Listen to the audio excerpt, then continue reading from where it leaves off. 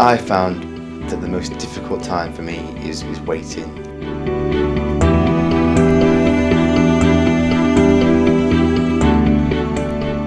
The last bone marrow sample we took unfortunately revealed there were slight traces of leukemia still there or coming back.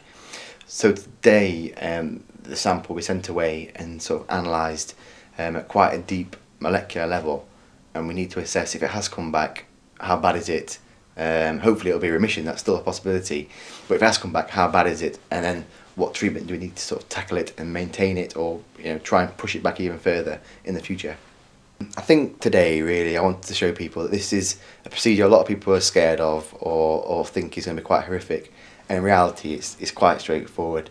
As you can see, it was over in a matter of sort of minutes, very minimal discomfort, and sort of minutes later I'm out and absolutely back to normal, so that was great.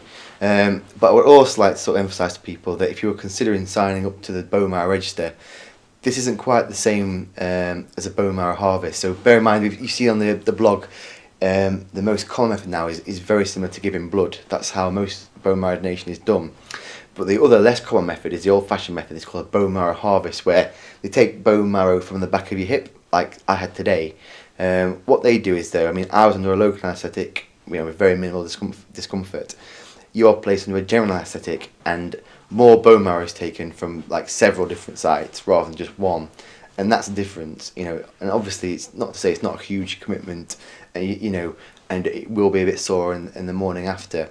But ultimately, bear in mind you are saving someone's life, or giving them a chance to live, and in some ways it's actually quite a small price to pay. I would say.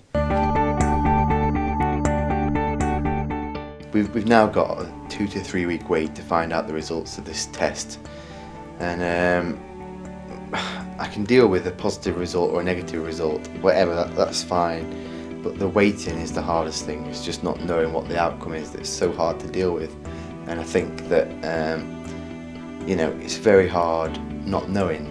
If you've got something to sort of look, to sort of think, well, okay, it's bad news, but then I'll make the best of what I've got left. If it's good news, fine, I'll move things forward. Not knowing is the worst possible scenario, and I hate it.